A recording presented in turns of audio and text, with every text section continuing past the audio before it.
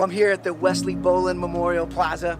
It's right across from our state capitol, and I don't know if you've been here before, but this is my first time ever coming here, and this is the kind of place that as you walk around, you just realize is full of story and histories. There's a memorial here for Martin Luther King Jr. There's another memorial for the 9/11, and I'm standing right beside a monument for the Bill of Rights, and then I can see right through here another monument for the Ten Commandments.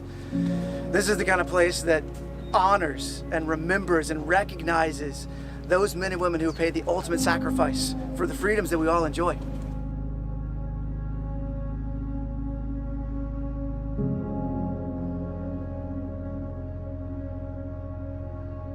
Celebration of Memorial Day dates back to the late 1800s, right after the Civil War, when people would visit the graves of fallen soldiers, and it was called Decoration Day because they would decorate those graves with flags and flowers in a way that they could memorialize and remember the sacrifice that those soldiers made for us. It wasn't until 1966 that it became officially recognized as a national holiday.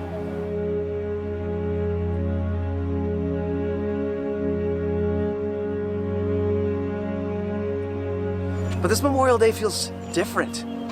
In a sense, because of this pandemic, we're all thinking about freedom a lot. When's the next time we're gonna get to go to a baseball game? Or when am I gonna get to go to a restaurant again and not have to worry about social distancing? Am I still gonna have to homeschool my kids when the fall rolls around? When do we get to all be at church again together?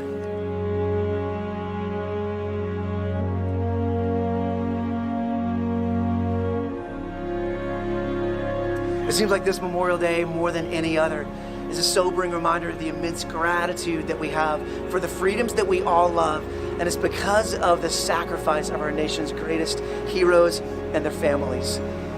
So as we begin to enjoy these freedoms that are going to slowly begin integrating themselves back into our lives, may we always remember, may we never forget, and may we appropriately memorialize the families and the heroes of our great nation.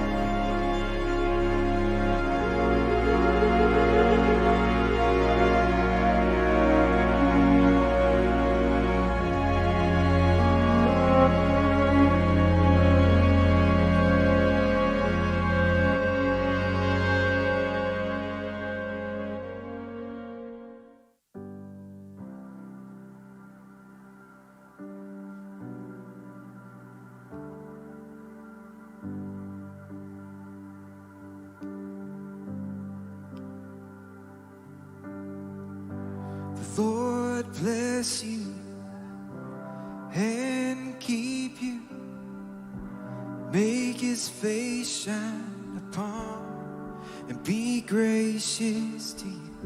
The Lord turn his face toward you and give you peace.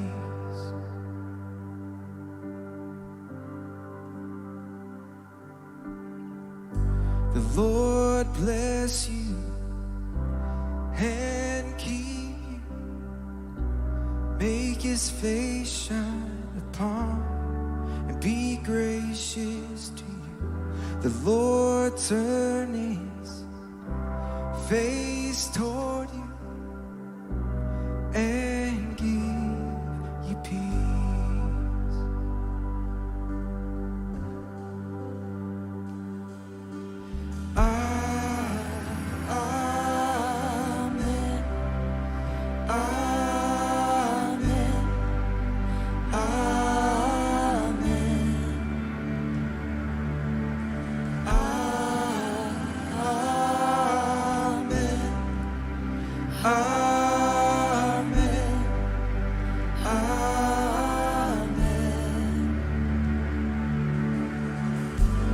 The Lord bless you and keep you, make his face shine upon you and be gracious to you.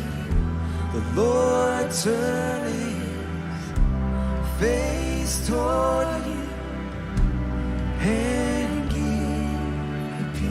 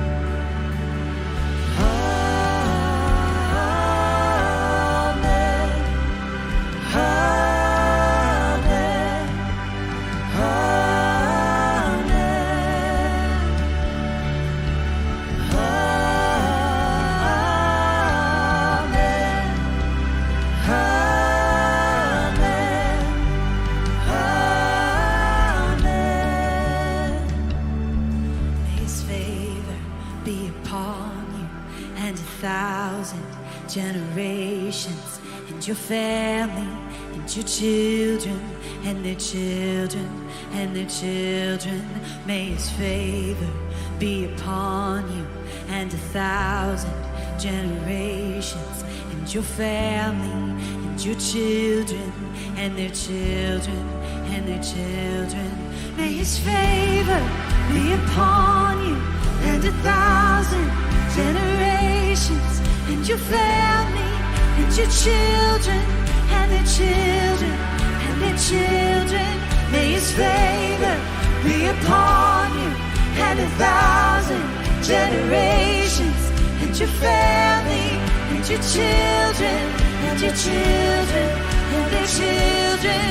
May his presence go before you and behind you and beside you, all around you and within you. He is with you, he is with you, in the morning, in the evening, in your coming, and your going, in your weeping and rejoicing. He is for you, he is for you, he is for you, he is for you, he is for you, he is for you, he is for you, he is for you, he is for you.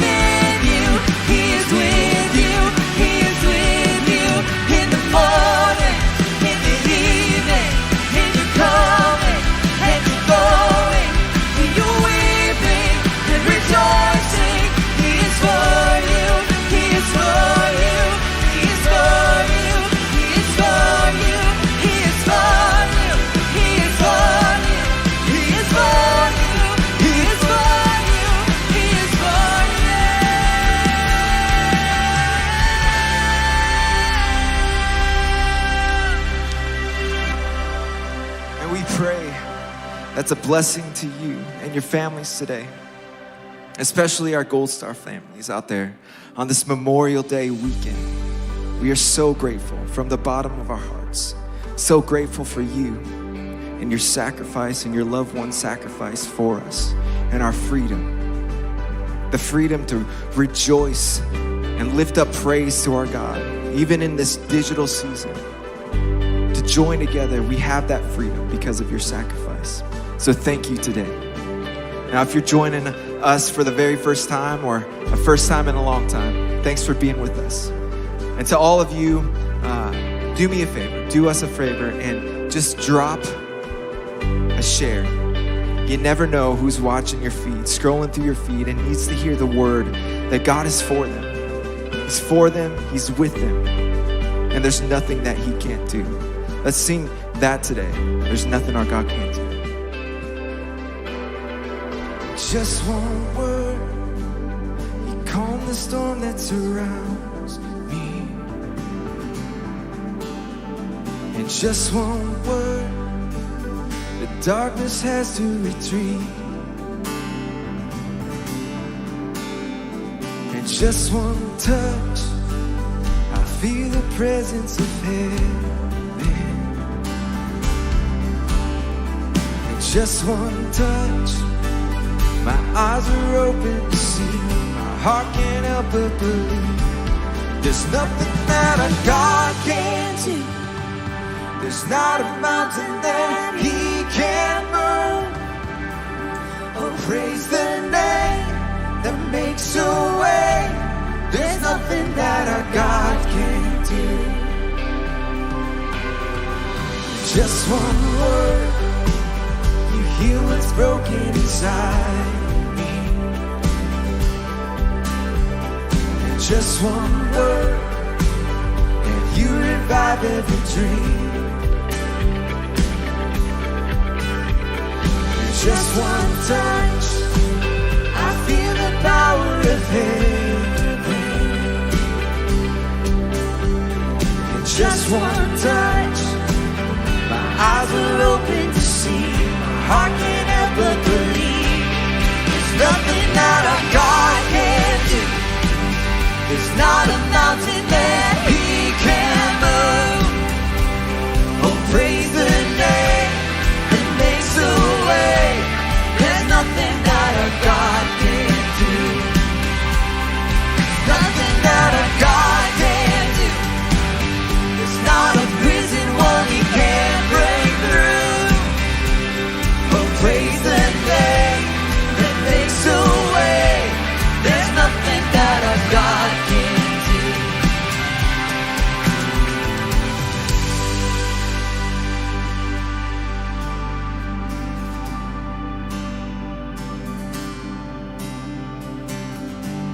I will believe for greater things. There's no power like the power of Jesus. Let faith arise, let all agree. There's no power like the power of Jesus. I will believe for greater things. There's no power like the power of Jesus. Let faith arise, let all agree. There's no power like the power of Jesus. I will believe for greater things. There's no power like the power of Jesus. Let faith arise, let all agree. There's no power like His power. There's nothing that our God can't do. There's not a mountain that He can't move. Oh, praise the name that makes a way. There's nothing that our God can't do. There's nothing that our God can't do. There's not a prison wall He can't break through. Oh, praise the name that makes a way. There's nothing that our God can't do.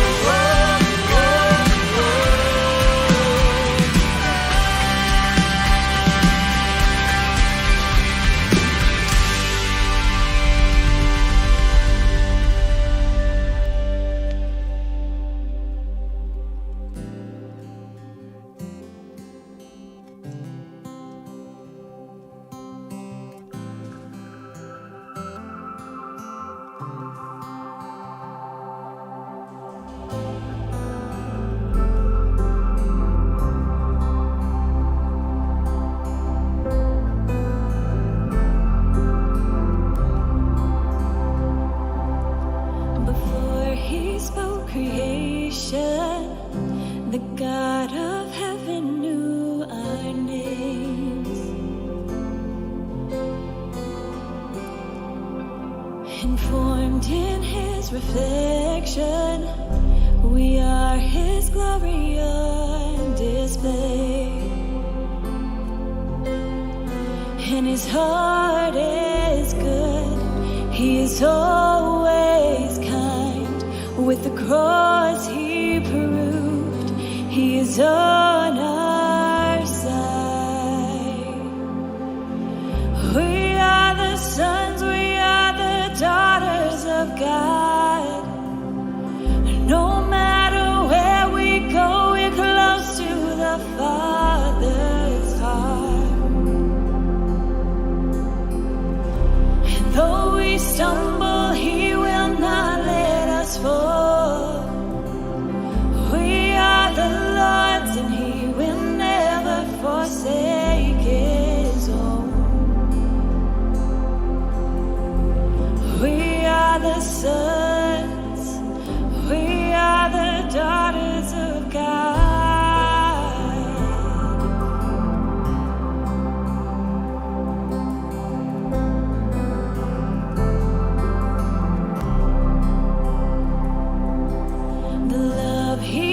lavished on us. He called us children of the King.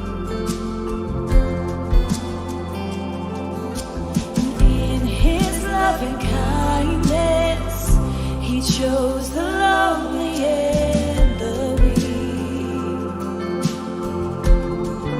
And His heart is good. He is always kind. With the cross He proved He is on our side. We are the sons, we are the daughters of God. No matter where we go, we're close to the Father's heart. And though we stumble, He will not let us fall. We are the Lord's, and He will never forsake His own. We are the sons, we are the daughters of God. Yes, we are. Oh, oh, oh.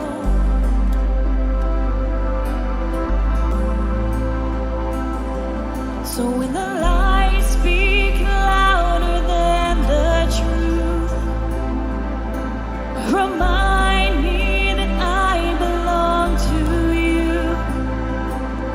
And when I can't see past the dark of the night, would You remind me You're always by my side?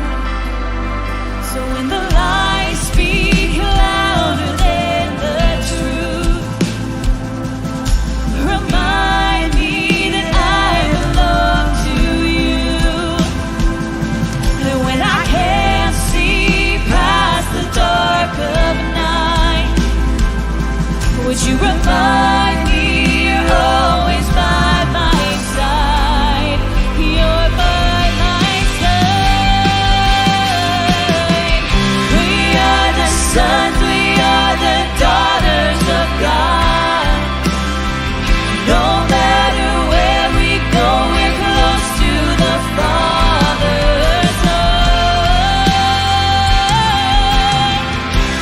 Though we stumble, He will not let us fall. We are the Lord's, and He will never forsake His own. We are the sons, we are the daughters of God.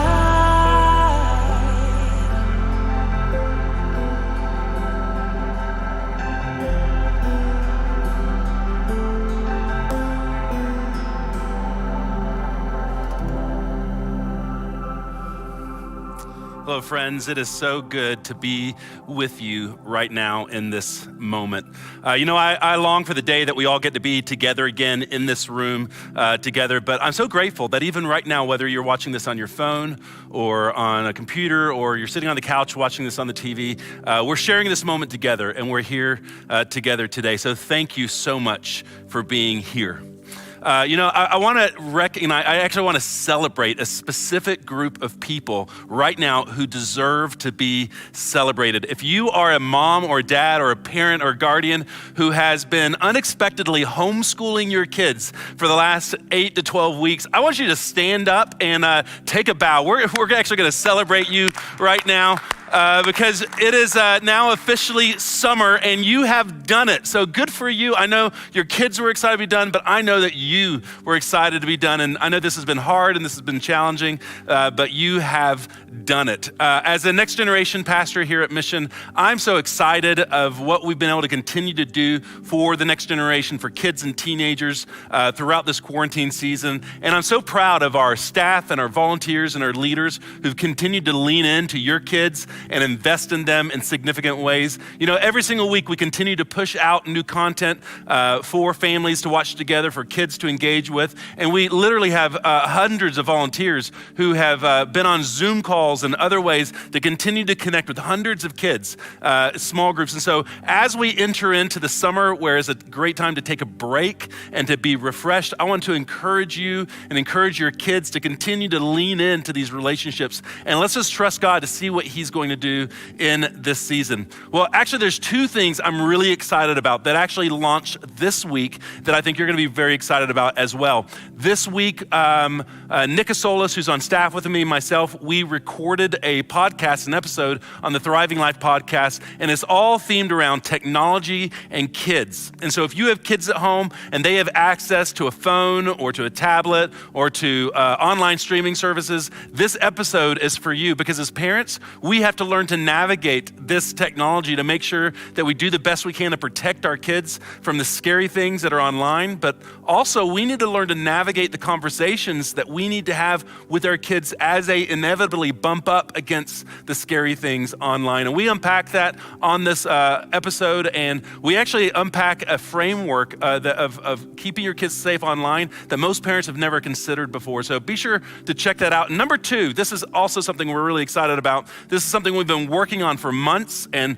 really dreaming about for years. But this week we launched missionparents.org. It's a brand new website specifically designed for you as a parent. We want to help you win. And on this site, there's a blog to inspire and challenge. We highlight some amazing resources that we think every parent needs to own or to have to help them win.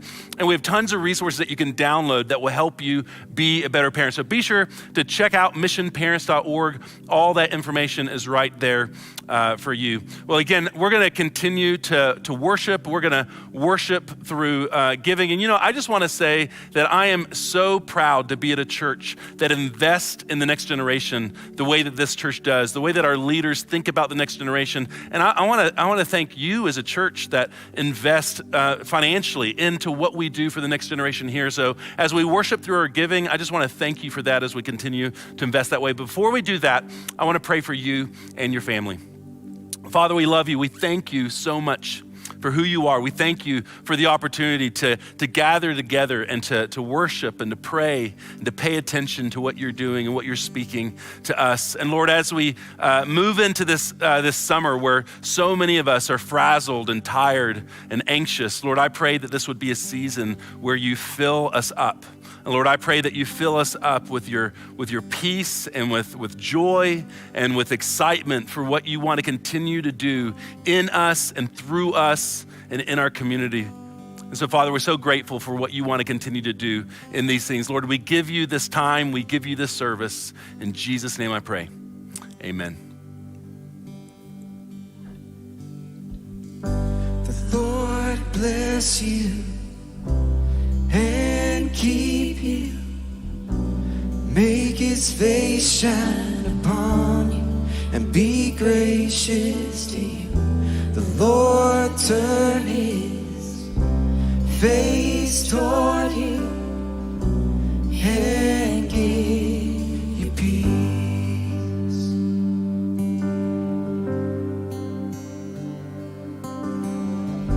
The Lord bless you and keep you, make his face shine upon you and be gracious to you.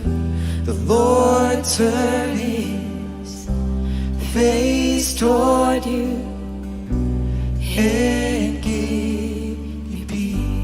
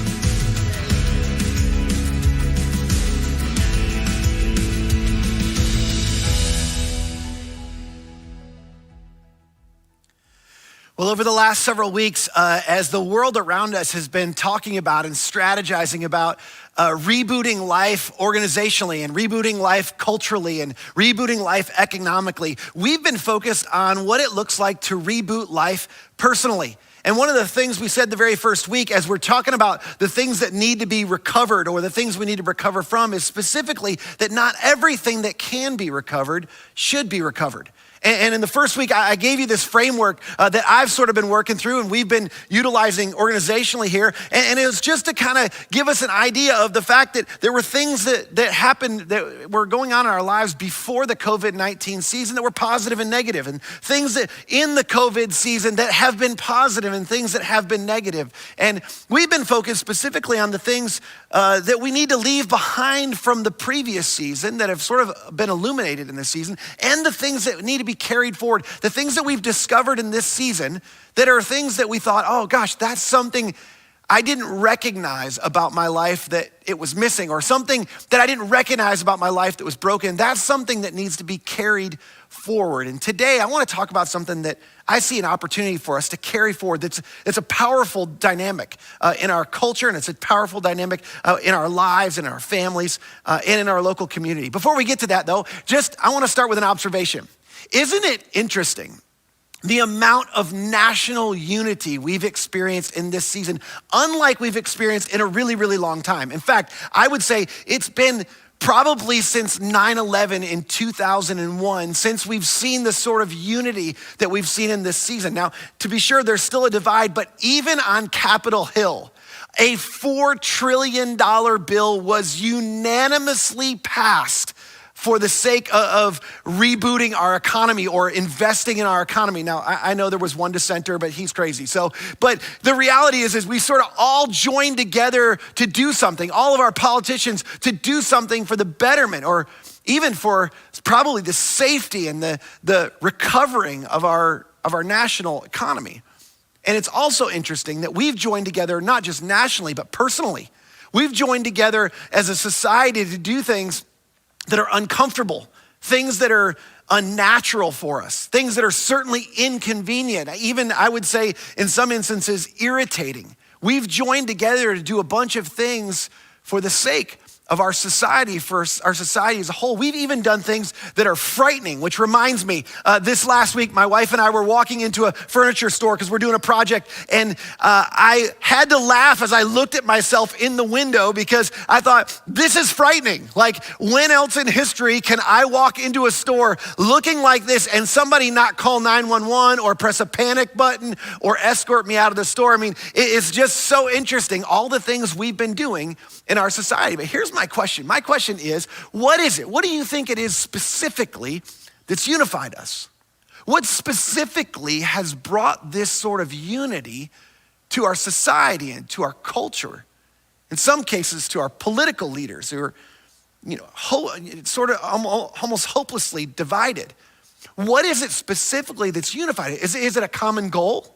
Is it common good? Is it common interest? I mean, I think all of those things are good answers, but here's what I would argue.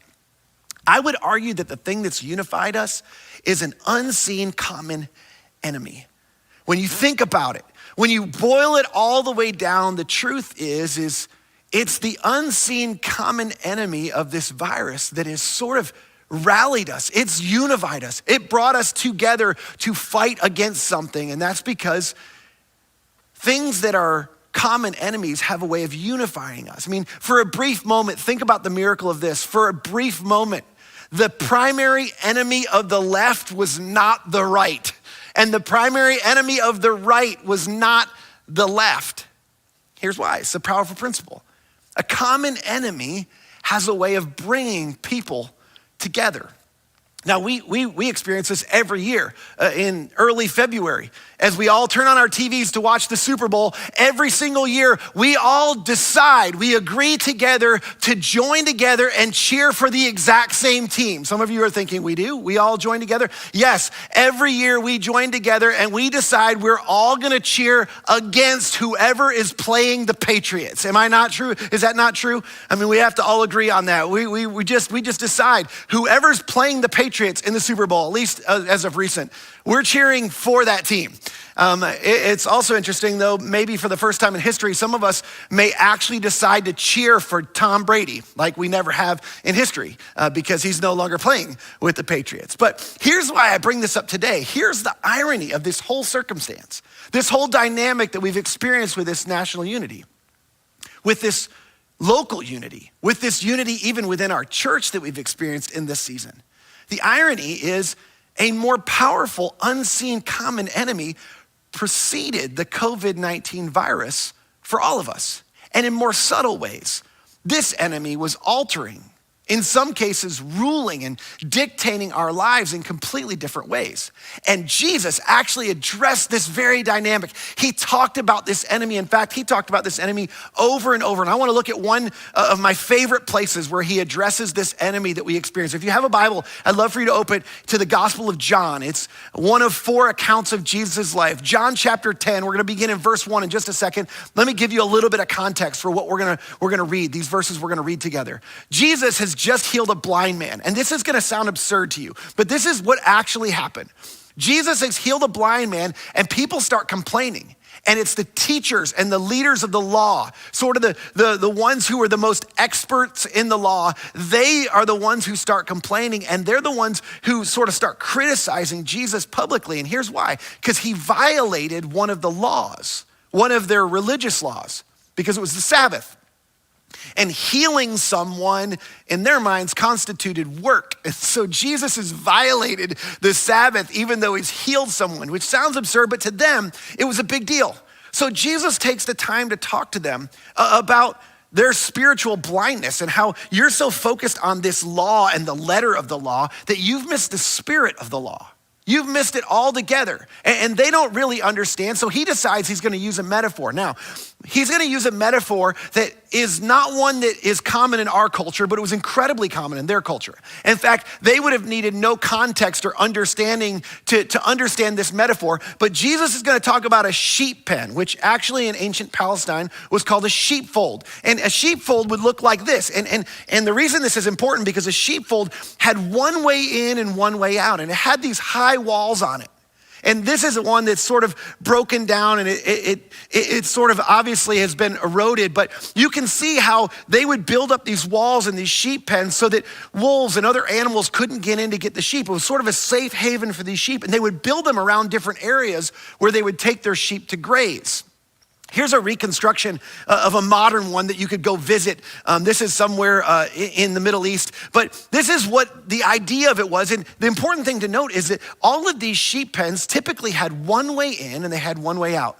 And many times they had a gate, or for sure a gatekeeper that would stand in the middle of the gate or would block off that gate. And Jesus is going to tell a story, and he's going to use the metaphor of a sheep pen to help them understand what they're missing when they're criticizing him for what he's doing. So here's how Jesus begins in John chapter 10, beginning in verse 1. He says, "Very truly, I tell you Pharisees, who were the sort of the leaders and the experts in the law, anyone who does not enter the sheep pen by the gate, but climbs in by some other way is a thief and a robber," which just makes sense. I mean, there's somebody who's trying to steal or hurt or capture the sheep. But the one who enters by the gate is the shepherd of the sheep. The robbers and the thieves, they don't enter through the gate. They try to come in another way. And here's why, because there's a gatekeeper, and the gatekeeper opens the gate for him. He opens the gate for the shepherd. And the sheep listen to his voice, the shepherd's voice. And he calls his own sheep by name, and he leads them out of the sheep pen. So the gatekeeper guards the gate. Sometimes they would even at night sleep in the way, the opening. If there wasn't a physical gate on there, it was known that they would sort of sleep in the middle. So the gatekeeper could actually even be the gate sometimes. That made it safe for the sheep who were being kept in the pen, especially overnight, from, thieves and robbers, but also from other wild animals that would mean them harm. And the gatekeeper was the one who would let the shepherd in. The shepherd would come in and he would lead the sheep out. And he would lead the sheep out to safe pasture where they could graze. And he would lead them out when it was safe at the right times, when he could sort of lead them out of the pasture. And we're told, John goes on, he says, when he brings them out, brings out all of his own sheep, he goes ahead of them. and his sheep follow him because they know his voice. The sheep who hear his voice when he calls, they follow him out of the sheep pen. Now, this is important too, because unlike cattle in our day, they didn't drive sheep. The sheep followed the shepherd. The shepherd would walk out in the front, and the sheep would follow the shepherd. They would listen to his voice, and he would guide and he would direct them. And he would do it primarily with his voice. This is similar to how many of us guide and direct our kids or our pets, and they understand because they hear our voice and they don't listen to other people the way they listen to us. As a matter of fact, we've got our kids trained. I think I've told you this before, but like we'll be in a store like Target, for instance, which I just say privately, personally for me, I've been so grateful for social distancing and quarantine because I haven't had to go to Target much in this season. I know some of you have been to Target, you've been going to Target, but it was a good excuse for me not to have to go to Target. But sometimes when we're in Target, we let our kids go off and they go off in different places and it's time to go. And literally our kids know, and I don't have to yell, I'm gonna go chasing for them. They understand the consequences if they don't come when they hear us. And what specifically they're listening for is this. Let me try that again. I just whistle real quick, just that little volume, that little sort of sound of my whistle, and they come running. They come from wherever they are. They'll come from 3 or 4 rows over, and they'll come and they just join us. They know it's time to go, and if they don't, they're 1, gonna get left, but 2, they're gonna be in a lot of trouble later on. So they come running, and it's the same thing. Jesus says this is the same idea. Jesus says that's what happens. They listen to the voice of the shepherd. He says this, but they'll never follow a stranger. These sheep, they don't follow strangers. In fact, they'll run away from them because they don't recognize the stranger's voice. But to which I go, but they're sheep, and aren't sheep known for being dumb? And you begin to think about this and go, well, how is that even possible? And how do they know the difference? Well, it's the same way your kids know the difference. They know the difference in your voice. They know the difference of your whistle. They know the difference of your instructions. And there's 2 specific factors. And I just want to break this down and get super practical. There's 2 factors as to how the sheep know the voice of the shepherd, how your kids know your voice, how we know the voice of the shepherd, God, Father, who wants to lead us. And here's how. It's by proximity first. And this is about following closely. In the metaphor, the sheep would follow closely to the shepherd, so they became familiar to his voice because as he talked, they were close up. It wasn't like some distant voice and they couldn't discern it. They were always following closely to the shepherd, which begs this question. How closely do you follow the shepherd? How closely are you following the voice of the shepherd? Would you say you hear the voice of the shepherd? Would you say that you respond to the voice of the shepherd when he's leading you and he's guiding you? Are your ears and your heart attuned to the voice of the shepherd who's speaking to you, who's always speaking, who speaks to us through prayer and speaks to us through his word, who speaks to us through circumstances in life? How closely are you following the voice of the shepherd? Are you following it as closely as you follow the news? Or the stock market, or politics, or social media?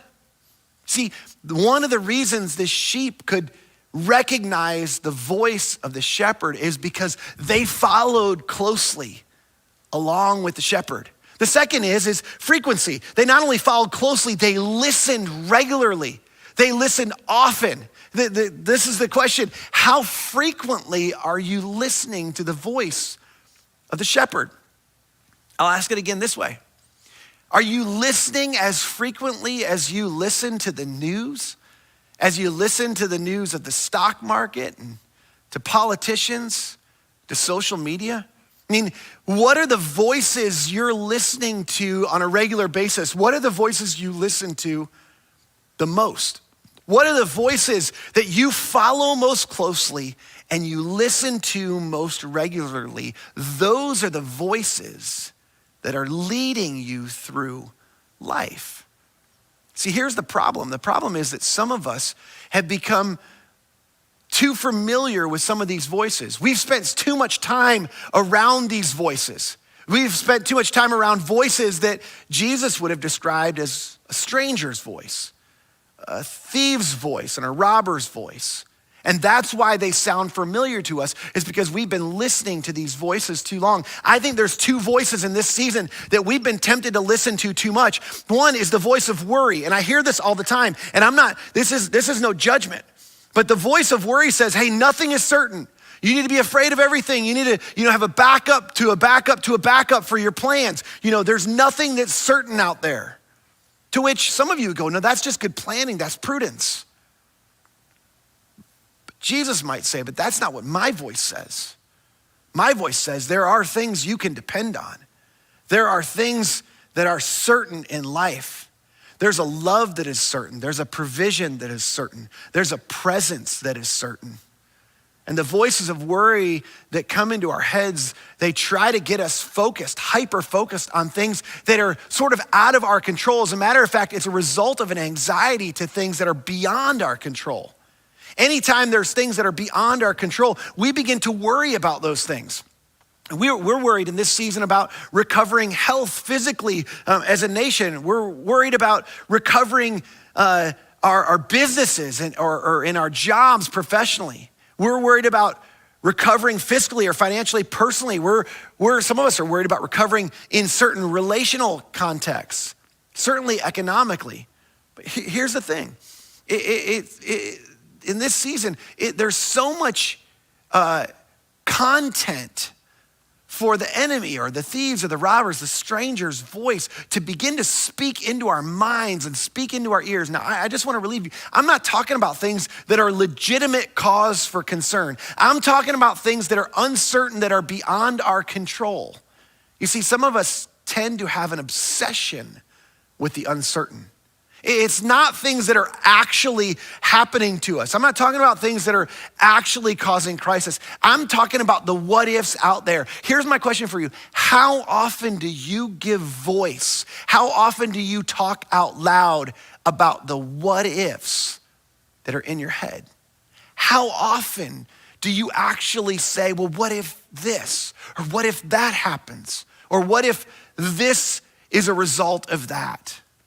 So there's so many opportunities in this season for the voice of the stranger to speak the what ifs into our minds and drown out the voice of the shepherd who's actually trying to lead us in a direction and asking us to trust him, to follow him. Because the voice of worry always is going, but what if, but what if, but what if? But God, if I do that, what if this? But God, if I follow you in that direction, what if this? But God, if I do what your word says, what if? And those voices of what if have a way of leading us through life. Some of our lives and our headspace is filled with worry because of the proximity and frequency with which we allow those voices to enter into our minds and into our hearts. The voice of worry that tells us there's nothing that's certain can keep us from listening to the voice of the shepherd who's saying, no. My way, the way in which I'm leading you, it is certain. It can be trusted. You can follow me. The second voice is the voice of hurry. And the voice of hurry says you're missing out. And this is a product of a more is more culture, which is what we live in. You've heard this phrase, less is more. That is a leadership cliche. Nobody actually lives that way. Nobody actually operates that way. It sounds good. It preaches good. It's great for an inspirational speech. But the truth is we live in a more is more society, and we're always feeling like we're missing out. All marketing, all those messages you see in life, they're trying to tell you that you're missing out on certain things in life. And because of that, we're all in a hurry. We're in a hurry to get more things. We're in a hurry to get things done. We're in a hurry. Some of you are in a hurry to get out of high school, to get out of college, to get your business off the ground, to get back to business. Many of us are in a hurry to recover from this season that we're in. We're not as focused on what God might have been doing as he led us into this season. We're in a hurry to get out of this and to recover and to get back to other things. And these voices in this season that are coming into our minds are speaking certain things that in some cases even sound good logically, but they're not the voice of the shepherd. They're actually a voice of a stranger that you and I have become very accustomed to hearing on a regular basis. We hear them on the news, and we read them in our social media feed, and we read them online. And the truth is these voices are shaping and leading us more than just about anything else in our life. But here's something you need to know about the shepherd. When it comes to trying to hurry, that we're this idea that we're all in a hurry to get somewhere or get to the next season or get to the next success or get to the next deal or get to the next stage. Here's what you need to know. You can't move at a faster pace than the shepherd is leading you. You can't move at a quicker pace than the shepherd is walking. And the shepherd, who's always speaking, who's always leading, he wants to lead you, and he's gonna lead you at his pace. See, here's the problem though. Many of us, early in life, we started listening to these voices early and often in life. And some of these voices actually represent specific voices from our past. People in our past that had a significant influence, positive or negative, but they had a significant influence on our life. And some of these voices trained us. We were trained to listen to some of these voices from an early age. They come from people we looked up to, people at a young age we wanted to be like, people at a young age whose approval we were looking for. And we've listened to certain voices. There are certain messages that we recall over and over that lead us, that sometimes not only are in contradiction with the voice of the shepherd, they actually, because they're playing over and over and over in our minds, they're actually voices that have the potential to drown out the voice of the shepherd in our lives. And so Jesus is trying to point out something to us that's significant, that's important, that there are lots of other voices, but here's what you need to know. There's only one voice of the shepherd, and this voice of the shepherd, he has your best interest at heart, and he's speaking, he's communicating, and he's leading. And the truth is if you'll listen to his voice, he'll lead you into safety, he'll lead you out into safety, he'll provide for you, he'll care for you. He has your best interest at heart. So my question is are you certain that that's true about all the other voices in your life? All these other voices that we listen to, some because we think they sound smart or because their logic is good or because maybe they're the loudest or most consistent voice or they have the biggest title. I mean, what is the voice that's guiding you most in your life? What are you listening to most frequently? Who are you listening to most closely? Jesus used this as a metaphor. In fact, John goes on, he tells us Jesus used this figure of speech or this metaphor, but the Pharisees, they missed it. They weren't listening. They didn't understand what he was telling them. He tried with his first pass, but like before when he was talking about spiritual blindness, they didn't get it. So he's gonna try a third pass now. He's gonna try again to explain to them what he means. And he takes another shot at it. So this is what Jesus said. He said again, he said, very truly I tell you, I am the gate. Now this was different, this was new. I am the gate for the sheep. I'm actually the one that kind of keeps everything else out, and I'm the one that actually lets people out and lets people in. He claimed to be the only way in or out, which begs the question, in or out of what? He's gonna get to that in a minute. But Jesus is making an exclusive claim to be the only way. He says, all others who've come before me, which I actually love that phrase. If you're taking notes, you should write that down. All others who've come before me are thieves and robbers, but the sheep have not listened to them. He's saying those who are actually my sheep that are safe, that are in the fold, in my sheepfold, the reality is they didn't listen to all those others who came before me. Now, and I'll just say this, I don't think he's just talking about time-wise. Maybe he was in this story, I don't know. But I think all other voices that come before both in time and in priority to the voice of the shepherd are voices that we shouldn't be listening to. My question for you is, as we continue to press in a little bit, is what other voices in your life come before the voice of your Savior? Come before the voice of Jesus, either in terms of what it says about you or where it's leading you What other voices come before Jesus? Jesus said, I'm the gate. Whoever enters through me will be saved. They will come in and they will go out and they will find pasture, or they will be safe.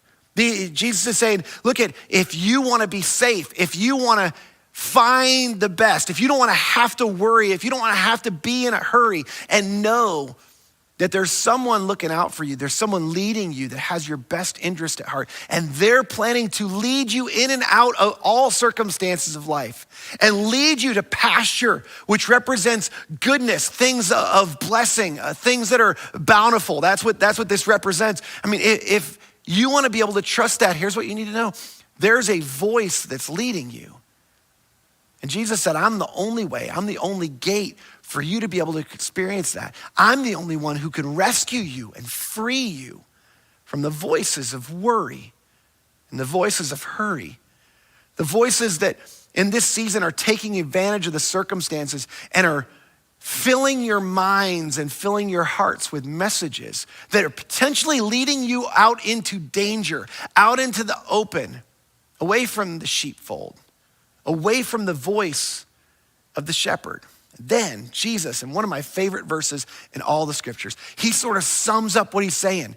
He kind of gets to the bottom line of not just what the point of this metaphor is, but I believe the point of Jesus's entire life. He sort of gives us his purpose statement. He starts it this way. He says, listen, here's what you need to know about the thief, or these strangers, or these robbers. The thief comes only to steal and to kill and to destroy. But, Jesus says, I have come that they may have life and have it to the full. I've come that you may have life and that you may have it everlastingly, maybe your translation says, that you may have it abundantly. In fact, this is this Greek word right here, perissos. And this word perissos, it means everlasting or overflowing or superior or uncommon.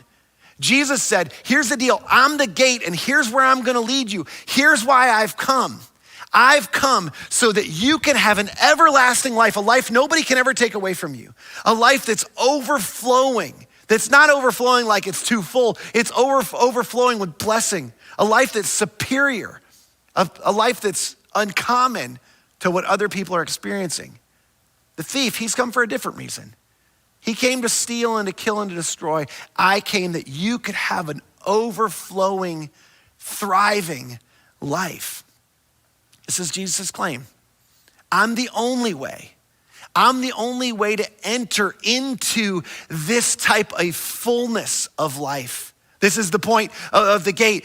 Only way to enter in to this type of fullness of life, Jesus is saying, is through me. Now, I want to get super practical. There is a difference between a full life, and you know this, and having life to the full. There's a difference between having a life that is full and experiencing life to the full. Some of you know what I'm talking about. You know what I'm talking about because as you've done the exercise, as you kind of went through this chart, some of you, as you did some reflection, you did your ruthless personal moral inventory, you began to discover that in the previous season, prior to COVID-19, there was a season of life where you were experiencing a fullness, but it wasn't an everlasting life type of fullness. It was an exhausting life type of fullness. You know what I'm talking about? Some of you would have said your life was so full of activities and obligations and commitments, or overcommitments in some cases. Overcommitments professionally and socially and personally and in terms of activities. And here's my observation. I just, as I talk to people, in my experience, more often than not, here's what happens. We allow the voices of life that tell us you're missing out. The voices of life saying there's nothing certain, so make sure you have a lot of extra and make sure you have a backup to a backup to a backup, and you have lots of reserves, things that sound really good. They sound really responsible.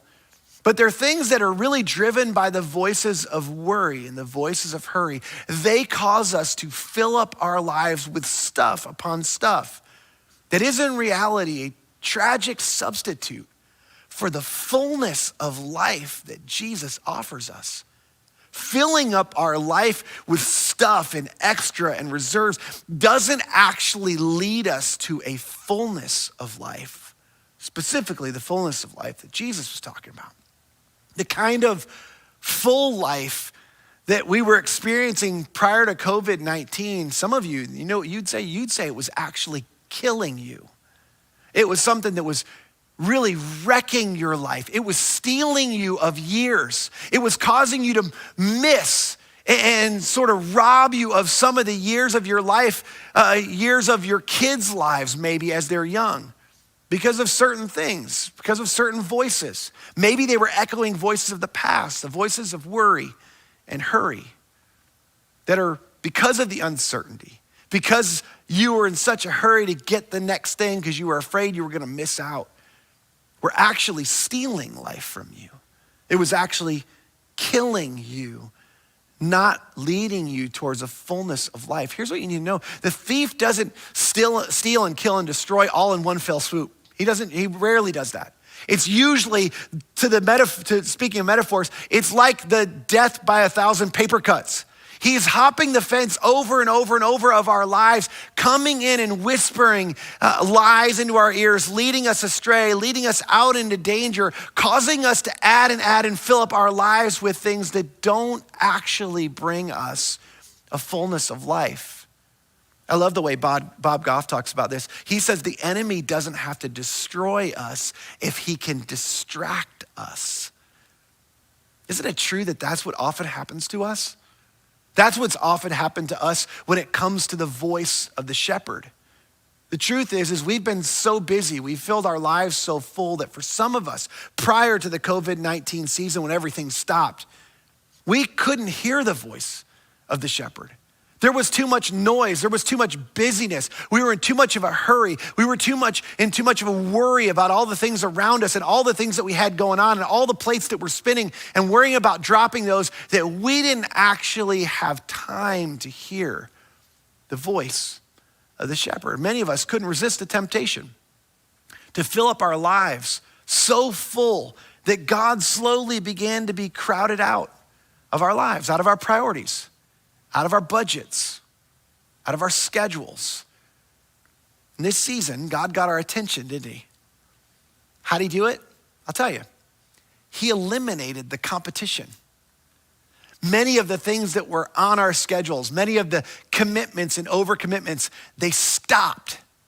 And in this season, it was almost like the voices of all those things for a brief moment were shut down. And the truth is we began to hear the voice of God again, the voice of the shepherd. We began to tune in. We began to connect. We began to look up towards God and not just out towards other voices to lead us in life. You see, the full life we had before, the full life that was too full, that was overfull and not in a good way, not like overflowing with blessing, but it was just overflowing. That represents the work of an unseen common enemy in your life and in my life. And my question is, what's your plan for dealing with all of this? What's your plan for following closely and listening regularly on the other side of this season? For some of you, God got your attention in this season. And for some of us, it was a painful way he got our attention. But he got your attention. What's your plan for continuing to focus your attention on the voice of the shepherd before, in priority over, as a voice that is a primary voice leading you as you're rebooting your life? Daily, how are you through prayer and opening God's word, allowing God's voice, the voice of the shepherd, to be heard in your life? How are you staying close? Weekly, how are you going to continue to worship as all the things come back and they start competing? How weekly are you going to commit to worship, commit to gathering with other believers and accountability and having discussions about things like this? I'll just tell you, for some of you, it's not too late. Some of you got started in the 21-day reboot. Some of you never got started in the 21-day reboot. You never even signed up. But here's the thing, it's not too late. you can actually still join the 21-day reboot. It's a way to actually begin a new pattern. For 21 days, begin a new habit of listening to the voice of the shepherd. It's really easy. If you want to start with us, you don't even have to do anything other than send a text, which is something you do all the time. You just text reboot, the word reboot, to 474747. It's gonna come up on the screen. Text reboot to 474747. You'll start on day 1. And it'll lead you through 21 days of listening to the voice of the shepherd. Jen and I recently were having a conversation about this very thing. And we were talking about how in this season, we've secretly, and it's not gonna be a secret after I tell all of you, but secretly as we were laying in bed processing a specific day, it was a really good day at home, a really great day as a family. We were just laying there just going, hasn't it been nice to sort of not have all the commitments and obligations that we have had? And actually, as we had that conversation, it was sort of convicting. I sort of began to think about that more and more. And I started thinking about all the things that we have going on, and the kids' activities and sports and church commitments and serving commitments and work commitments and family commitments and social commitments and small group and things that we have every night of the week. In fact, I started thinking about, I was like, man, we didn't realize, but these things, we added them over time, little things. We added, and it was crazy. And as things started to be adding back, I just said to my wife, I was like, I don't want to go back. I don't want to go back. She said, what do you mean? I said, I don't want to go back. I don't want to go back to what we were doing before. You're getting up really early in the morning and you're off and you're going to do your thing. When you get home, I go to work. And then I'm at work all day, and then I come home and we have a few minutes. I actually go to the gym, and then I come home. We have a few minutes together as a family. We eat dinner because that's a priority. But then we all go our separate ways again. And some of us go to soccer practice, some of us go to dance, some of us have other activities. And it was like, and I said, I feel like this every night of the week. I don't want to go back to that. Like, I didn't realize in the time being, it felt like it was all good stuff. But the reality is I didn't realize how slowly it was just like, it was killing me. Now, some of you are looking at it going, okay, so what are you gonna do about it? You wanna know what I'm gonna do about it? I don't know, but I'm not going back. In fact, the first step I took was this week in our small group. I said it out loud to our group. I said, hey, I don't have to make any decisions about this, but here's what our life was like before, and we're not going back to that. We thought we had a healthy rhythm, but I realize now we're not, I don't wanna go back to that. And I don't know exactly what we're gonna do yet, but here's what we're doing first, is I said it out loud to our group because I knew it would create some accountability. I knew that they would all go, well, if you go back to that, we're gonna ask you questions like, hey, why are you going back to all of that? But as a lot of that starts cranking back up, here's what we've decided. And this is sort of the goal. If you're looking for a goal today, a practical thing, here's our goal. Our goal is to figure out how to listen to the voice of the shepherd.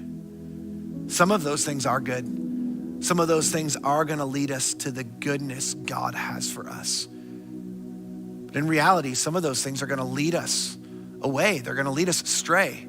They're gonna lead us into danger. And they're actually gonna kill us. They're gonna kill our relationships. They're gonna sort of cause us to miss. They're gonna rob us of years that we have that are precious years as a family. So I don't know what I'm gonna do about that specifically, but I do know that as every opportunity comes up, we're gonna listen to the voice of the shepherd. We're gonna prioritize staying close. We're gonna prioritize listening regularly to the voice of the shepherd. Now, some of you here's your question is, well, how do I know I can trust the voice of the shepherd? Here's what Jesus said. He closed this whole section. He said, I am the good shepherd. I'm good. You can trust me because I'm good. Some of you go, well, how do I know you're good? You ready for this? Jesus said, I am the good shepherd. You can trust my voice. And here's why you can trust my voice, is because the good shepherd lays down his life for his sheep. Okay, just as a rule of thumb, I'll just give you my suggestion today. You can trust the voice of somebody who's willing to die for you. How many of the voices you listen to on the news? How many of the voices you listen to as it relates to financial advice? How many of the voices you listen to in culture and on social media, how many of those voices are willing to lay down their life for you?